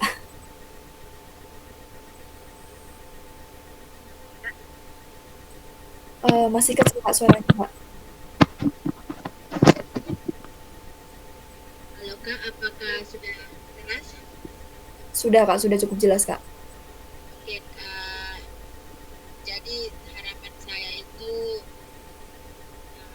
semoga obat-obatan yang kami pakai bisa membantu banyak orang dan juga maksudnya medis juga bisa membantu banyak orang bisa menyembuhkan atau membantu orang yang sedang terdampak COVID-19. Jadi kami tidak mengharap bahwa obat yang digunakan itu bisa membawa mujizat, tetapi harapan kami itu bisa memulihkan, bisa menyembuhkan. Artinya kami kembalikan semua pada yang Maha Kuasa. Jadi kami hanya melakukan artinya sebagai berdoa, tugas kami hanya melayani, menyembuhkan dan sebagai medis juga mereka yang menyembuhkan kami. Sisanya biarlah Tuhan yang mengatur.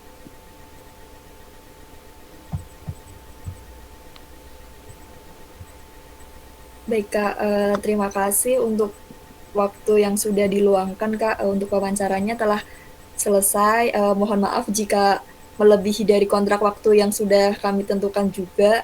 Uh, ini sangat bermanfaat sekali sih Kak bagi kami. Ilmu baru, informasi baru, sangat-sangat bermanfaat bagi kami. Sebelumnya jika ada yang ingin kami tanyakan lagi, apakah saya bisa menghubungi Kakak melalui chat WA Kak? Silakan saya dengan senang hati. Baik Kak, terima kasih banyak Kak untuk waktunya. Sebelumnya Ibu Ana, apakah ada yang ingin disampaikan Bu? Kakak Olin, selamat siang. Ya dulu Kakak Olin baik kok. ya puji Tuhan. Oke, Kakak Olin ini di Soe di mana ya? Di Banasi, Ya? di Banasi. Oh di Oinasi. Wah tetangga kita. Berarti ada kurang komunikasi jadi tidak kenal. Itu sudah kurang kurang baku togor nah makanya begitu. Kakak Olin di Salatiga kan kuliahnya atau di mana? Saya kuliahnya di Undana. Oh di Undana di Kupang. Ambil jurusan apa Kak? Kalau jurusannya bahasa Inggris. Oh, oke, oke. Baik, sudah. Berarti semua selesai. Kakak Olin di Oinasi. Kakak Olin marga apa? Harga Olin, Oh, namanya? Delphi. Oh, Kakak Delvi Olin. Oke, baik, sudah. Nanti baru kitong sampai di Soe baru kitong pi berkunjung Kakak Delvi. Di gereja Jamar Batu. Batu Karang. Ya. Oh, berarti kenal dengan Ibu Pendeta Betty, saya tapi dengan ini Om dengan Bapak Hans Pandi dong toh satu gereja. Itu kami keluarga, bahkan sekarang kami sedang dengan ibu pendeta yang mendoakan gereja untuk pembangunannya. Siapa? Ibu pendeta siapa? Jet Kesalia saya tapi.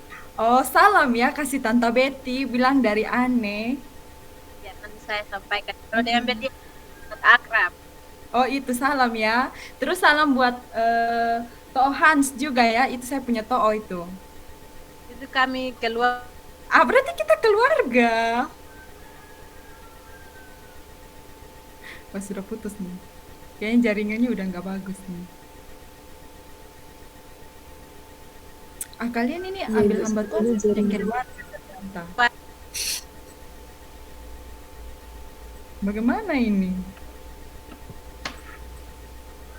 Oh, kayaknya jaringannya nggak terlalu bagus nih. Kalau nggak terlalu bagus nanti lagi baru kita telepon-telepon ya sama Kak Delvi. Oke, Anissa chat aja Kak Delvi bilang tidak apa-apa kalau jaringan tidak bagus. Nanti kita kontak lagi. Baik, Bu Ani. Iya. Parah mungkin Ini ya. sebelumnya teman-teman tolong on kamera dulu. Mau ada dokumentasi juga. Oh, sudah kembali. Halo, Kak Dea. Kakak Delvi, kayaknya jaringan di Soe ada angin-angin kok. Suara tidak kedengaran.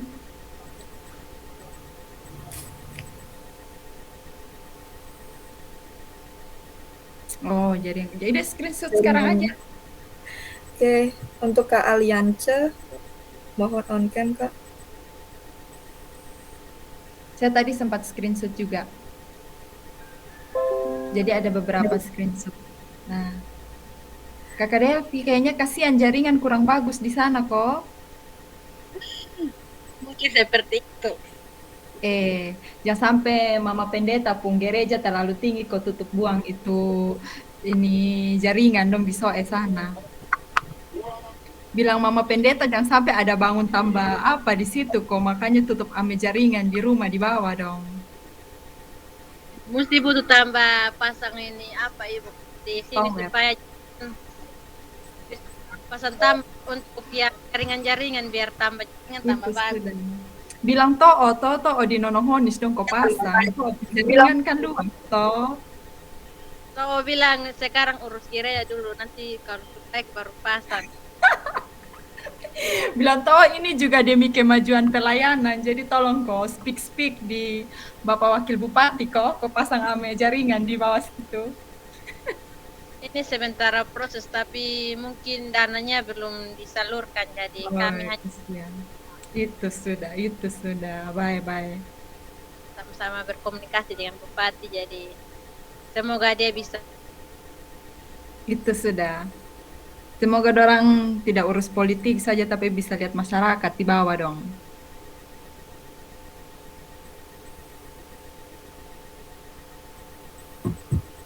Agak putus-putus ini. Sarah udah gini-gini aja, sabar.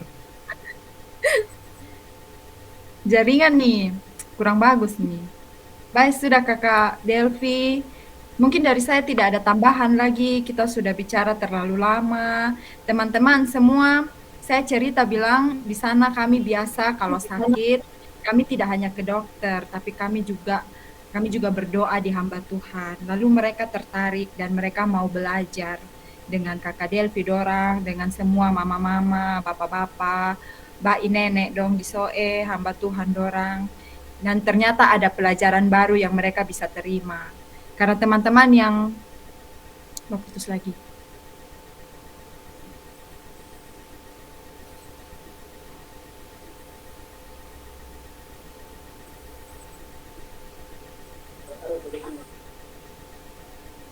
Oke. Teman-teman, Kakak Delvi dengar kami bicara kah? Oh, sip.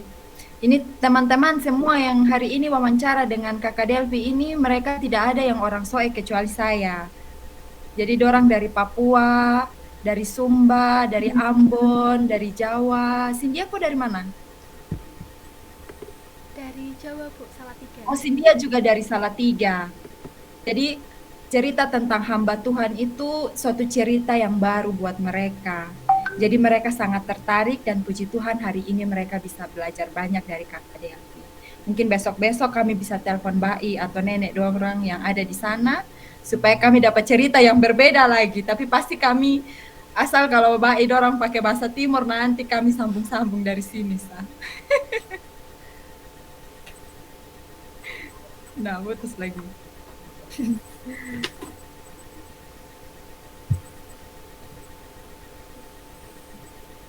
Baik, ini mungkin bisa saya ambil dokumentasi dulu mungkin ya Ibu.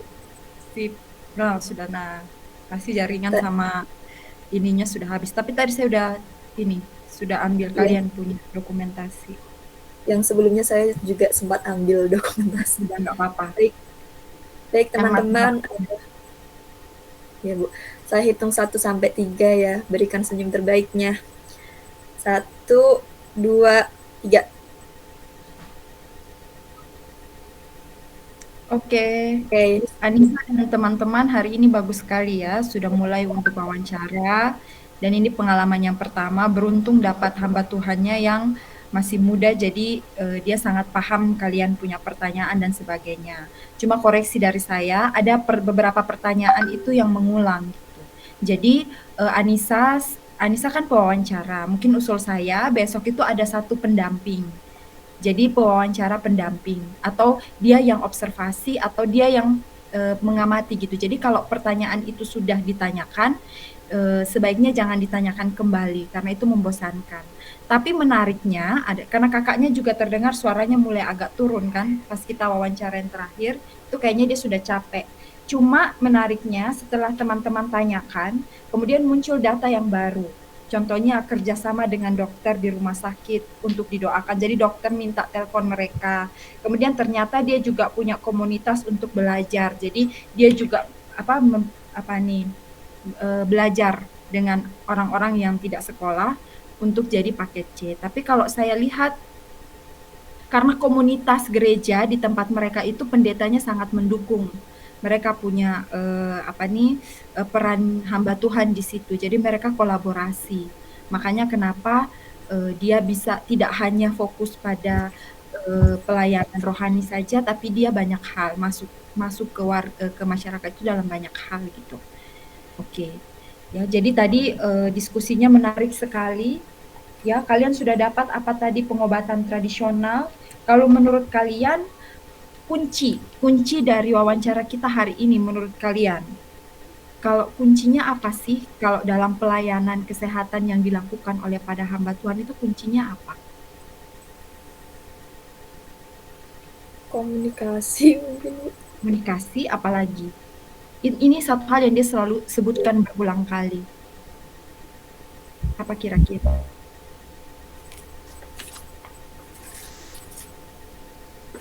Bu, dari saya itu apa aliansi?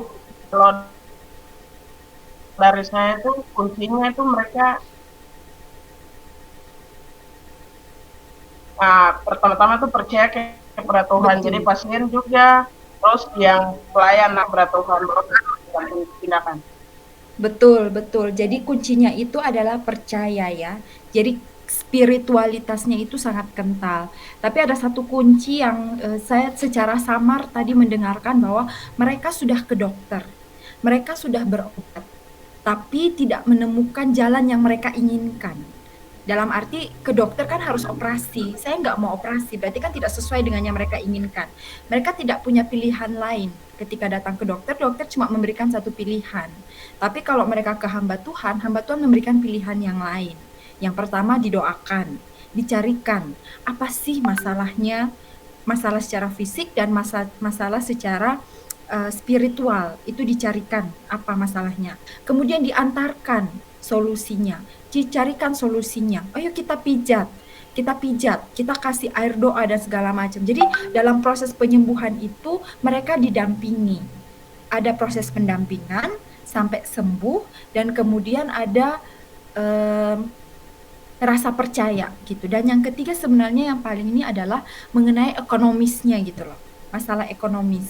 Jadi nggak dibayar gitu. Itu pelayanan. itu nggak dibayar.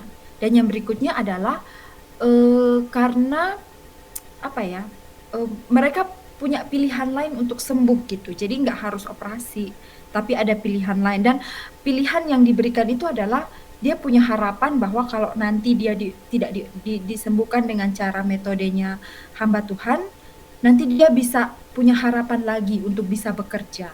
Kalau tadi yang diamputasi kan saya nggak punya, nanti kalau saya kerja gimana? Dia tidak diberitahukan, tidak ada ceritanya gitu. Kalau setelah dioperasi dia akan gimana tuh dia nggak tahu. Tapi kalau dengan hamba Tuhan, ini ada solusinya. Kamu tidak perlu dioperasi dan ke depan kamu bisa bekerja. Gitu. Ya, modelnya.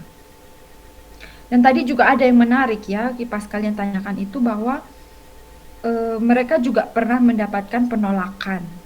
Gitu, mendapatkan penolakan. Nah, tapi apa yang dilakukannya tetap ke sana gitu. Ya. Kemudian tadi yang menarik, tapi saya tadi ada satu pertanyaan yang belum kalian tanyakan sih, yang menurut saya itu kunci yang penting, seberapa jauh mereka menjangkau pelayanan kesehatan. Jadi jarak antara dari mereka ke pelayanan kesehatan itu seberapa jauh gitu. Itu juga penting. Seberapa jauh? Tadi ada nggak? Kalau kemarin ini kan konsulnya itu kan ke Ibu Eva dan juga Ibu Ana. Nah, itu tuh bisa dijadikan satu di ini sih Ibu, di yang pertanyaan awal tadi mengenai pertanyaan yang apakah kakak tersebut itu tempat tinggalnya jauh dari perkotaan, karena kalau informasi dari teman-teman juga, dari Maya juga, itu tuh kan seperti rumah sakit, puskesmas itu kan ada di daerah perkotaan Ibu. Jadi dapat disimpulkan jaraknya juga cukup jauh seperti itu. Oke, berarti kalian sudah triangle, sudah melakukan triangulasi data sebenarnya, sehingga kalian sudah menemukan data seberapa jauh pelayanan rumah sakit ataupun puskesmas dari pelayanan kesehatan mereka kan. Jadi nggak susah. Tapi tadi ada tidak ditanyakan misalnya orang yang dia layani itu dari mana saja kan, selain kalau dari luar negeri atau dari luar pulau kan melalui telepon. Tapi kalau orang di situ apakah yang dia layani orang sekitar situ atau orang yang datang dari luar daerah, dari kecamatan lain atau dari desa lain, itu ada tidak? Tadi kami mendapatkan kalau orang dari daerah lain itu biasanya datang Ibu. Jadi mereka seperti tanya-tanya gitu, terus kemudian orang yang menginginkan untuk dilayani itu datang ke Kak Olin tersebut. Seperti itu sih Ibu. Ya, menurut saya kalian masih berapa responden lagi yang akan kita hubungi? Untuk Noni itu sepertinya offline ya Noni untuk wawancaranya. Noni? Karena Noni ini ternyata dari NTT. Tapi Iya, ini Noni kan? ya, Noni kelompok yang menyusul. Oh ya, baguslah kalau kalian dapat dari Noni, jadi kalian punya perbandingan. Ada satu dari Timor, ada yang dari Sumba, itu baik perbandingannya. Nanti kita carikan lagi yang dari Timor, yang dari siapa Oematan, Maya? Maya itu saya sudah menghubungi Maya sih Ibu, tapi Maya belum ada rekomendasi lagi karena kemarin itu Maya merekomendasikan dua ke Olin sama yang namanya Mama Dora. Nah, untuk yang Mama Dora itu tidak ada respon sama sekali. Saya juga sudah mencoba untuk memfollow up-nya Ibu. Oke, kalau gitu Anissa dari kakak Delvin, Olin itu marga ya, jadi kamu jangan panggil dia Olin. Oh, Delvin namanya, Delvin ya. Delvin, itu nanti coba Anissa hubungi kakak Delvi, siapa yang bisa dia hubungi lagi. Dari, misalnya tidak harus dari komunitas persekutuannya dia, karena pasti sama metodenya. Tapi dari persekutuan yang lain yang dia kenal, bisa kasih kita nomornya, nanti kita yang hubungi gitu. Sama satu lagi saya mau bilang, kita kan tadi telepon mereka pakai pulsa ya, mereka pakai data. Nah, mereka biasanya itu dalam pelayanan juga mereka tidak dibayar. Jadi biasanya kita minta kakak tolong doakan kita ya dalam masa studi gini-gini, lalu kita istilahnya kita memberikan perpuluhan gitu. Namanya perpuluhan, dan itu sukarela. Dan karena saya memikirkan tadi sebenarnya kita tidak perlu memberikan apa-apa, karena mereka narasumber, kecuali kalau kita offline seperti Noni nanti saat dia offline, jadi tidak perlu ngasih apa-apa. Tapi karena kita hubungi si Kak Delvi itu melalui telepon, maka saya memikirkan untuk kita mengganti uang pulsanya dia. Nah, kalian pikirkan saja, kalian dari perseorangan mau kasih berapa. Misalnya kalian mau kasih urunan 5.000 satu orang, nanti sisanya saya tambahkan. Jadi nanti Anissa konfirmasi ke saya, kalian sudah mengumpulkan uang berapa, nanti saya tambah punya saya, lalu Anissa hubungi Kak Delvin. Selain menanyakan data yang menurut kalian masih kurang, yang kedua mencari sampel yang lain, kemudian yang ketiga bilang aja Anissa istilahnya adalah perpuluhan. Jadi kami punya perpuluhan gitu. Kira-kira kami bisa transfer ke siapa? Jadi istilahnya gitu ya, biar nggak tersinggung nanti. Baik Ibu. Oke gitu. Ada yang mau ditanyakan lagi? Berarti nanti kita tinggal untuk menurut saya teman-teman buatkan apakah diminta Bu Eva buatkan verbatimnya? Belum sih Ibu. Namun kita sudah ada rencana untuk buat verbatim juga Ibu, sama seperti yang dulu sosial tugas sosial itu. Kalau mau bikin verbatim boleh dicicil, tapi alangkah lebih baiknya kalau menurut saya verbatimnya coba dikelompokkan berdasarkan pertanyaan. Jadi pertanyaan ini kira-kira dia jawabnya apa aja biar nggak bingung. Kalian kapan sih pengumpulan tugas? Untuk pengumpulan semua tugas itu tuh bulan November. Tapi bulan November juga sudah harus melakukan pengabdian masyarakat juga Ibu. Nah, kami membingungkan mengenai pengabdian masyarakat ini bagaimana ya Bu? Soalnya kan kalau untuk kelompok yang lain itu misal di kelompok rutan itu kan mereka ke rutan Salatiga untuk melakukan pengabdian masyarakat. Nah, kalau kita ini bagaimana ya Ibu? Kalau menurut saya, kalau kita sih nggak usah terlalu misalnya kita kan perseorangan ya, dan kita kan dapatnya juga nggak banyak. Jadi kita bisa pengabdian masyarakat, misalnya kita buatkan apa kalian mau bikin produk pengobatan tradisional, kirim ke mereka, atau misalnya kita mau bikin poster tentang pengobatan tradisional, misalnya ini loh Kak, ternyata kenapa misalnya tentang daun pepaya itu fungsinya untuk apa, lalu kita tuliskan, kita kirim ke mereka, atau ya nanti kita pikirkan lah ya, karena kita belum wawancara lagi dengan 3 atau 4 orang yang lain, jadi nanti kita pikirkan pengabdian masyarakatnya apa.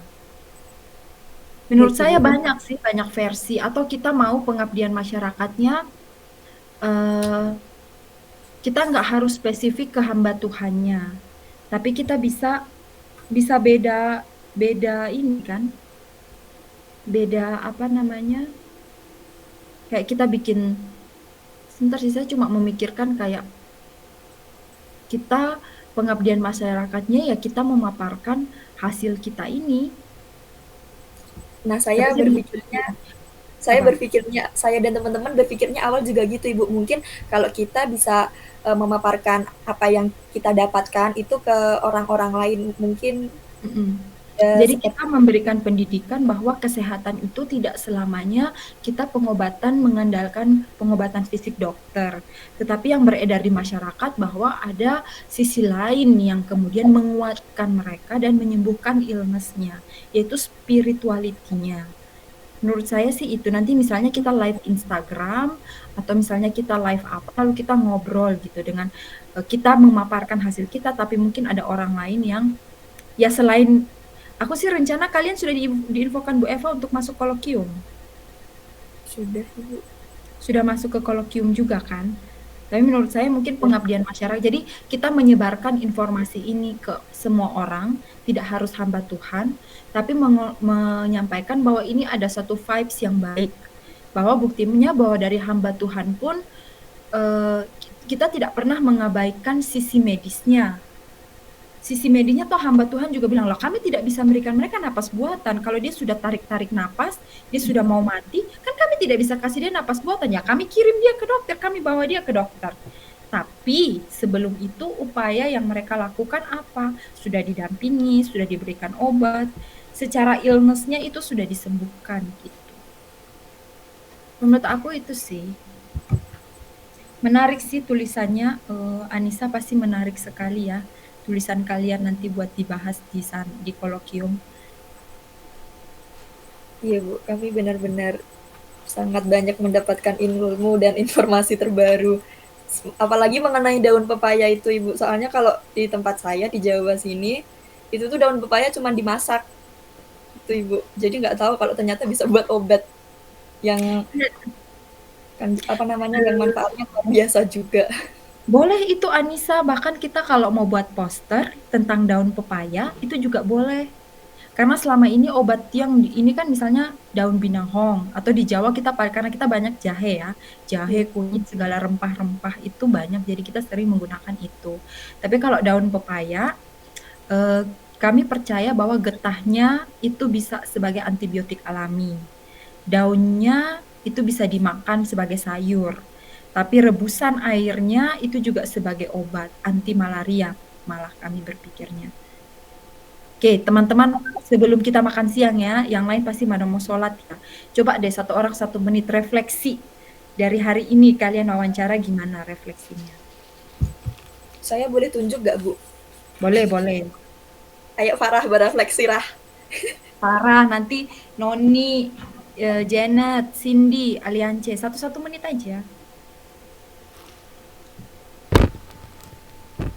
Farah belum di mute, masih di mute. Di unmute dulu Rah. Saya yang tadi yang daun pepaya Bu, bener tuh kayak tadi saya Bu Ana bilang tentang getahnya pepaya itu kok bisa jadi obat antibiotik kayak tempat saya tuh kayak nggak buat apa-apa Bu. Jadi kayak aneh aja, terus kayak daun pepaya ya udah kalau di Salatiga ya udah dimasak oseng-oseng gitu Bu. Jadi kayak kalau buat obat tuh kayak belum familiar gitu Bu kalau di sini. Itu sih Bu. Terus apa lagi ya Bu? Pengetahuan obat baru ya. Iya bener Bu. Ya, nanti kapan-kapan kalian kesini nanti tak masakin jagung dicampur daun pepaya. Merasakan bagaimana pahitnya. Tapi kan daun pepaya di Jawa dimasak toh, disayur kan? Iya Bu, bener. Sayur Bu. enak. Kalau iya Bu. Terus kalau untuk menghilangkan pahitnya itu biasanya kalau ibu saya itu tuh dikasih ini, ketika direbus itu dikasih tanah liat. Tanah liat. Jadi biar pahitnya hilang. Nggak pahit. Kalau kami nggak dikasih apa-apa, cuma direbus, air pertamanya dibuang, terus sayurnya kemudian diremas gitu, terus diiris-iris, terus udah ditumis kayak kita buat daun singkong gitu. Diurap gitu, bisa juga. Atau dimakan. Kalau kami dari Sumba Bu, kita di itu daun pepaya itu diramas Bu, diramas dengan garam, terus baru dicuci, baru direbus Bu. Nah itu sudah. Di Sumba juga daun pepaya kan? Iya Bu. Pepaya itu tinggal batangnya aja yang kita nggak makan. Kalau batangnya enak pasti kami makan juga batangnya. Oke, siapa lagi? Noni mau bilang apa? Mungkin kalau misalkan aku wawancara kan aku kan baru pertama kali kan Bu, yang aku dengar sih itu yang mendapatkan tentang kalau dari tempat saya yang untuk COVID-19 kan. Kalau mungkin kami di Sumba biasa kalau misalkan orang yang sakit COVID-19 itu biasa daun pepaya memang direbus tapi masih dicampur dengan bahan-bahan lain seperti itu Bu. Kayak ini jahe, terus daun serainya dicampur jadi satu untuk diminum seperti itu. Mungkin perbedaannya itu aja. Wah, itu menarik juga ya, karena kalau di timur ya murni hanya daun pepaya. Kami tidak tahu kalau harus dicampur dengan serai dan lain-lain. Jadi murni daun pepaya. Kalau kita dicampur Bu, soalnya kan waktu itu kan pernah ini tetangga pernah kena atau Bu, jadi ini dari keluarga, dari saudara-saudara takut menular COVID-19, mereka langsung kasih sama kita minum ini supaya jangan tertular, supaya jangan kena seperti itu. Nah, menarik itu Noni. Nanti besok wawancara nanti kamu wawancara di desa atau di kota? Bisa video call tidak? Nanti ada 2 tempat aku wawancara Bu. Yang pertama di Sumba Barat Daya, yang satu dekat kota, dekat rumah Jusi Bu. Oke. Jadi misalnya kalau bisa kan kita kita ke sana, kita ke nanti saat kamu wawancara, nanti kami bisa ditelepon pakai video call atau apa biar teman-teman yang lain juga bisa ikut. Tapi kalau tidak memungkinkan ya sudah. Noni sendiri ya, kami dukung dalam doa ya. Iya Bu. Aliance tunggu Aliance. Bagaimana Aliance? Bicara sudah?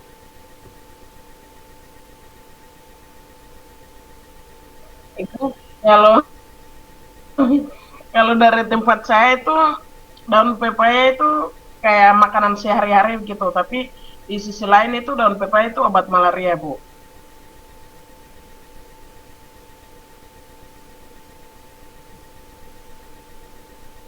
Jadi di Oh sana iya. kalau obat lalu besar-besar, makanya ada juga yang tidak suka minum obat malaria itu mereka langsung rebus aja pakai bumbu tapi tidak kasih atau kasih buang dia punya air pertama begitu tidak tapi langsung masak baru makan. Mhm. Oke, oke. Perbedaannya itu. Perbedaannya itu ya. Oke. Kalau Cynthia, Kalau dari saya itu, refleksi hari ini, refleksi tidak harus obat apapun boleh. kalau dari saya itu yang sangat menarik itu tadi Bu, ketika Kak Delvi tadi tuh bilang kalau di sejarahnya itu di tahun 80 atau 70-an itu ada air yang berubah menjadi anggur. Wah, itu sangat, hah kok ada gitu. Aku pikir tuh itu cuma ada di Alkitab aja, tapi ternyata di kehidupan nyata pun juga ada, dan bahkan sampai Kak Devi aja mengalami pengalaman itu seperti itu sih Bu. Itu ya sangat menarik bagi saya sih. Iya. Soal untuk pengobatannya sih rata-rata ya hampir sama sih Bu, kalau misalkan di Jawa. Terus kalau yang apa tambahan tadi juga yang daun pepaya itu, kalau di sini biasanya dimasak, ternyata di sana itu sudah bikin obat seperti itu sih Bu. Iya, menarik. Menarik sih. Jadi bisa aja teman-teman juga penkes tentang daun pepaya. Nanti kita pikirkan lah ya. Kita pikirkan setelah kita dapat informasi dari yang lain lagi. Gitu ya teman-teman. Sudah siang. Pasti ada yang mau sholat, mau makan juga, mau istirahat. Hari ini menarik. Terima kasih kerjasamanya kalian luar biasa sekali hari ini. Ya, ada satu kemajuan. Bukan hanya, menurut saya sih, bukan hanya belajar. Bukan beban tugas, tapi belajar pengalaman baru sih, gitu ya teman-teman, belajar sesuatu yang baru gitu. Jadi niatnya kerja tugas, dapatnya yang lain gitu. Oke, gitu ya. Oke, gitu. Semangat semua. Kita masih ada wawancara yang lain-lain lagi ya. Jadi teman-teman istirahat. Nanti besok pasti wawancaranya udah lebih luwes lagi, udah lebih santai lagi karena udah latihan kan hari ini. Oke, sip gitu. Kalau kita dapat banyak bisa nih Iya, Ibu. satu nih wawancara nih. Gimana? Tadi Kak Delvin itu chat saya menyampaikan salam ke Ibu Ana dan mohon maaf karena jaringannya tidak bagus di sana. Seperti itu sih Bu. Sehingga ngobrolnya tadi terputus. Sampaikan salam juga ya, bilang nanti kita bisa